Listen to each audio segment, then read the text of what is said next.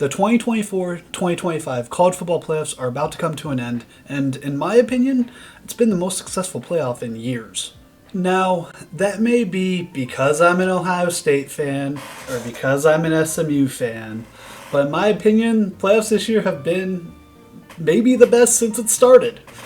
However, as has been pointed out nonstop for the last month or so, there exist some issues that need to be changed. I have about 4.5 solutions that I think, if implemented, it could make the process a lot more streamlined, remove some uncertainty from fans, and just have less corruption overall that is prone to exist in this sport. I understand where America is. We all saw that feel-good story on Saturday night when this great bunch from SMU, on the verge of getting blown out, came all the way back and missed by a field goal. So the country said they deserve it. Forget deserving. Are they better than Alabama? No, they are not better than Alabama. SMU would probably have 5 or 6 losses if they played in the SEC with Alabama or Georgia's schedule. That I hope next year the committee won't get caught up in what the social media and a lot of people who are fringe fans get caught up in, which is wins. Strength of schedule is a fairly flawed metric. It gives them a argument before any games have been played and just adds to the whataboutism, and you can say, oh, well, Alabama would have beaten SMU, so they deserve the spot. Well, Alabama would have beaten Michigan, according to the hypotheticals. So I don't want to hear any of that. You have to play the games. And the fact we spent a month arguing that a team that was one of 2 teams who went undefeated in their regular season conference play, it was only SMU and Oregon, the only 2 teams, but because SMU played 1 extra game, they didn't deserve it. Meanwhile, Alabama, who lost to not 1, but 2 6-6 teams, just because the rest of their game, not even those games were more difficult, but other games that they played were more difficult. Therefore, they deserve to be in. Now, you could just say, okay, then just ignore it, rely on other things. The issue is that it factors into other things. It factors in and influences the AP poll. Why is AP poll releasing before the season? There is no good reason to have polls on who is going to be the best teams before anybody plays any games. Like in the last 11 seasons since the start of the playoff era, A&M have been ranked 7 times to start the year. They have finished higher ranked than they started exactly once. They have been unranked in those 7 seasons that they have been ranked to start the year. They've been unranked 6 times. And in 2 of those, they didn't even receive the extra votes, so they weren't even in like the 26 to mid-30s range that can technically be ranked by the receiving votes. In 2021, they finished the season unranked. By votes, they were number 26. They started the number 22 season number 6 in the country. Why? What did they do in the offseason to move up 20 places? They didn't do anything. They didn't play a single game. Why did they all of a sudden move up 20 places? I just saw something earlier today. After I had written this script, I saw something talking about way too early top 25 and A&M was ranked. Why? There is no reason for A&M to be in the top 20. In what world do they deserve that? They have done nothing, and they keep getting ranked way too high, which changes the strength of schedule, which says, oh, Alabama beat A&M, preseason they were number 6 in the country. It doesn't do anything. If the strength of schedule was fully stat-based, maybe you could have an argument. But it factors in polls, it factors in expectations, and that just destroys the credibility of it when you have teams like Florida State this past season, who were number 6, I think, to start the year. They went 2-10. It does get some modifications throughout the year, but not enough to overcome starting number 6 ranked and going to 2-10.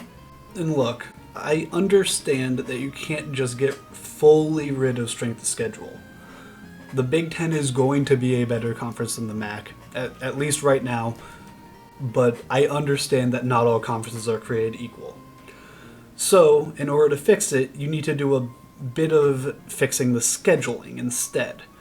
So, scheduling should be is that you have 4 out-of-conference games and 8 in-conference games. For the out-of-conference games, all 4 of those games must be against different conferences. So if you're a Big Ten team, you can have one game against the ACC, one against the SEC, one against the Pac-12 or whatever they are now, and one against the Mountain West. You can get a pretty good idea of how the conferences compare to each other, because year to year, the best conferences will change. Some years, the Big Ten will be better than the SEC. A few years ago, there's a fairly easy argument that the American was a better conference than the Big 12 or the ACC, but wasn't treated that way. Point is, this still allows conferences to change rankings on who's the better conferences, because you get to see those games. And it also provides ample and even conference games so that everybody's playing the same number. Now, for the conference games, what should be done is that for those 8 games, you split each conference into 4 tiers. So, for example, let's use the Big Ten. When you split the Big Ten into 4 tiers, you split into 3 tiers of 5 and 1 tier of 3. For this example, we're going to do the tier 3 at the very bottom. Now, I know this system isn't perfect. Like this past season, Michigan would have been a tier 2 team versus Illinois being a tier 1 team, and those are almost certainly going to be flipped. USC and Wisconsin are tier 3 teams, and they arguably can be tier 1 or tier 2 in most years. But this is still a better schedule than the complete random it is right now, which results in issues like the ACC for a while had a very large concern that SMU, Miami, and Clemson, none of which were going to play each other, all of which could have gone undefeated in conference play, and we would have had a 3-way tie above the top of the ACC. So let's take, for example, this Big Ten tier system. Let's use Purdue as an example since they're in the lowest tier. They'll play Northwestern and Maryland since they're the other 2 teams in the lowest tier. In the 3rd tier, they'll play USC and Wisconsin. Again, I used that just a second ago, but just to give them a harder schedule on the lower end. In the 2nd tier, they'll play Rutgers and Iowa. And in the top tier, they'll play Ohio State and Indiana. This allows for protected rivalries to still exist because you're required to play 2 teams from each tier. So one of Ohio State's tier 2 games would be against Michigan, and one Michigan's tier 1 games would be against Ohio State. And it allows for a far more even strength of schedule than they would have had with just completely random scheduling. And some teams that get really, really hard pulls, like Florida did in the SEC this last year, it shouldn't be as difficult for those teams that get unfairly all the best teams week by week by week. I want to start the second solution. I fully support that the conference champions get auto seeds. I think that is a very reasonable compromise from the old system to the new system. Even though I am partly an Ohio State fan, I am also an ACC fan, so like I would appreciate to have at least a guarantee of some representation every year. However, this year the conference champions was not really the big issue. It was with seeding, which I will get to later, but the big issue was conference championship games. There was a big question from the 12 and a half hours from Clemson kicking a 56-yard kick. Would SMU be in? Would Bama be in? It adds the drama, it adds the ratings. And that is dumb. Why should SMU be punished for getting an extra game that Bama did not get?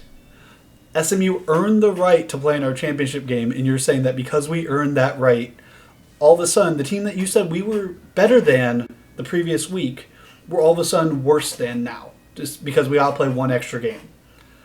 That does not make a lot of sense.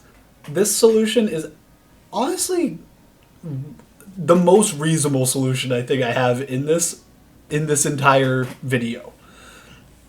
The college football playoff released their rankings before conference championship week. A team that does not play on conference championship week cannot move ahead of a team that does play. I feel like that is the bare minimum easiest thing you could do.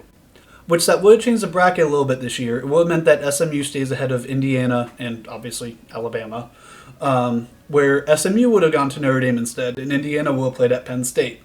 But it would have gotten rid of any of the whataboutism of, oh, well, maybe the committee should move SMU behind them now.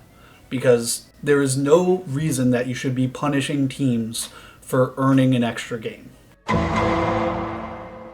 Solution 3, seedings. They talked about a ton during the selection show, and I kind of get it. I would be okay seeing this implemented. It should just be the top 4 teams get the buys. There is no reason that Boise and Arizona State should have gotten the buys. Winning your conference should not automatically earn you the bye. It should earn you the way in, but the rest of your season should earn you the bye. Like, the top 4 probably should have been Oregon, Texas, Georgia, Penn State, or maybe Notre Dame in there for one of them instead. That would have made more sense. It would change the bracket massively this year. Instead of Ohio State and Tennessee going on to play Oregon in the second round, Oregon would have gotten to play the winner of Boise State and Indiana would have gotten a home game for that one, which is a fairly decent big change. Tennessee would have actually gotten a home game. They would have gotten to play my Mustangs at their Neyland, not their Neyland North, their Neyland Normal, and then they would have gone on to play Georgia. Notre Dame and Ohio State would have had their home games, but Notre Dame would have gotten Clemson and Ohio State would have gotten Arizona State. And in this scenario, it doesn't overly reward Arizona State for getting their conference champion. They get in, but they don't get their bye, which, as a 2-loss conference champion, they probably didn't earn throughout the year. And they played a very good game against Texas, but they didn't really deserve that bye. The other possible solution to reseeding, which wouldn't have come into effect this year, but it's reseeding after every single round. This year was an anomaly after Ohio State's loss. I'm not saying further. It kind of ruined the seeding for this year, and the seeding was fully justified. Like, the teams that got their seeds besides the byes earned their seeds. Ohio State deserved to be an 8 or a 9 seed. I will say we did benefit. There probably was an argument to give us a road game in the first round. However, as Ohio State was the favorite before it even started, it's just proof that the seedings were correct based on what was achieved, but they weren't correct as to who was best, as also shown by the national championship being a 7 and an 8 seed. I think Notre Dame's a 7 seed. But they were correct based on achievement, not correct based on talent, and I would rather they be correct based on achievement than based on talent. Now, I love hypotheticals, as I made clear earlier, but let's just say hypothetically, Clemson had beaten Texas, or SMU had beaten Penn State. Why is it fair that Oregon has to play Ohio State when Clemson and SMU advanced? Like, why does Oregon have to play the 8 seed when the 11 and the 12 seeds are still here? Reseeding would prevent that. It wouldn't be perfect, but it would be another solution that would put us ahead of the curve instead of behind the hump when it eventually happens. Now, this solution is not originally my idea. It's from one of my friends. They talked about it on their podcast. It's called the Mustang Mood. It's obviously an SMU Mustangs podcast. I'll put a link to it down below. I've been featured in one episode. I sent a voice note after I went to the SMU Louisville game this year, and they played that voice note. So I'll let them explain this solution first. I'm super bummed. As an SMU fan, we had to go to Penn State in kind of like early December. Like December, what was it? 20? Okay, well, 20th. Yeah. 21st, something like that. Anyway, December. In mid-December, we had to go to Penn State, and that's the end of our season. Like, UNT had a celebration of their 6-6 season. You know, they got to go to a bowl and like have fun and like do like bowl things. Whereas we went to Penn State for a game to go to a bowl game. Does that make sense? It's like, it doesn't feel like a celebration of the season like a normal bowl game is. Yeah, first round drops. It sucks. Bowl games allow a team to feel accomplished, and that's more of a feeling than SMU, Clemson, Tennessee, and Indiana really got to finish there in our years, being on the road in a true road environment. So this maybe is just salty fan, but maybe we have the teams that lose in the first round just go to later bowl games. Like, have SMU and Indiana play in the ReliaQuest Bowl. Have Clemson and Tennessee play in the Pop-Tart Bowl. Maybe flip those. I think I prefer SMU to be in the Pop-Tart Bowl. But Clemson finally gets a chance to be an SEC team this year. Hopefully they can actually do it. But it gives those teams a more satisfying ending than just being like, oh, you went to the middle of nowhere, Pennsylvania, you got blown out.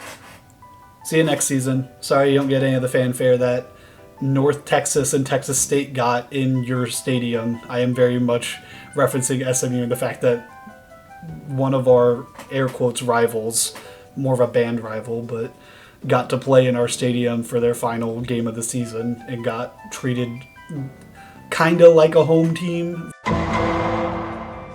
This is like the half solution that kind of bundles in with Solution 4. It's more just a critique of the bowl system as a whole than its own playoff solution, but I am looking at a map of the bowl games right now. Why is there one bowl game in the Midwest? Like, watching Ohio State and Texas, they were talking nonstop about how the crowd was 70-30 Texas, which makes sense. The game is played in Dallas. Why do we not have any big bowls, or any bowls, let alone big bowls in the Midwest? Like, why do we not have a New Year's... adding a New Year's Six is hard. I get that. Why don't we have bowls in the Vikings stadium that's brand new indoors? Like, if weather's the concern, have at the Vikings stadium. Have at Lucas Oil. Heck, a bowl game at Lambeau probably takes a lot of finagling with the Packers. Why do we not have a bowl game at Lambeau? That's one of the most historic fields.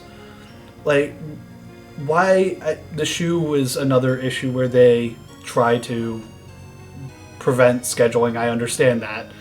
We finally got the NHL Winter Classic, and that was a hassle in itself. But why do we not have more bowls in the Midwest? Have one at Iowa's field. That way they can do the wave at a bowl game. Like, things like this are... Maybe that's just a Big Ten fan who wants bowls closer to home and wants crowds to not be as biased against us, but like, the Viking Stadium is brand new. Lucas Oil is actually fairly important. It is important to the Big Ten, and it's also just another good indoor stadium. Just get more bowl games in the Midwest. Like, there's no reason that there's 1, 2, 3, 4, 5 bowl games north of Las Vegas. Why? That just doesn't make any sense to me. Now, some of these solutions I get, they have obstacles. There's a lot of money in the way, there's a lot of media bias in the way. Getting new bowl games set up, even by itself, is kind of difficult to do. But even if you implemented one of the solutions, like if you implemented you can't drop behind a team that didn't play, SMU and Boise still had stuff to play for. We were both playing for the 3 and 4 seed. If Boise loses, maybe they fully drop out, because the Mountain West champion now gets in, and I think they would have been the last team in that scenario. But then the Big 12 winner is now getting the 4 seed. SMU has to win to keep the 3 or the 4 seed. Even though that loss to Clemson sent us from a 3 seed to an 11 seed. There is still a lot to play for in those conference championship games. It doesn't remove those. And yeah, sure, it removes a bit of the mystery on Selection Sunday. You can't be like, oh, well, maybe Alabama's going to get in over SMU. But that, you shouldn't... I already went into that solution, so I'm not going to rehash it. But, I don't know. These solutions are mine. Some of them are mine. I've workshopped them with others. I've seen some of them elsewhere. What do you guys think? I'm just one random fan. Both of my teams made the playoffs this year, so I don't really have all that much to complain about. One of my teams is playing in a national championship, if you're watching this the day it comes out tonight. So maybe I am biased. Maybe I am kind of salty over how we were treated over the last month before Bama got blown out, before SC lost, before Who else lost? I know Oklahoma lost. A lot of SEC lost. But do you agree with what I said? You disagree with what I said?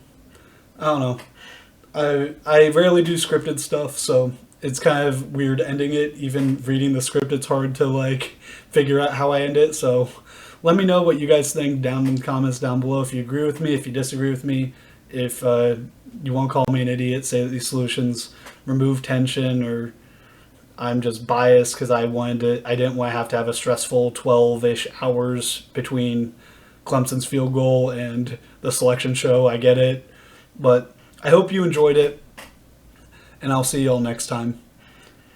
Peace.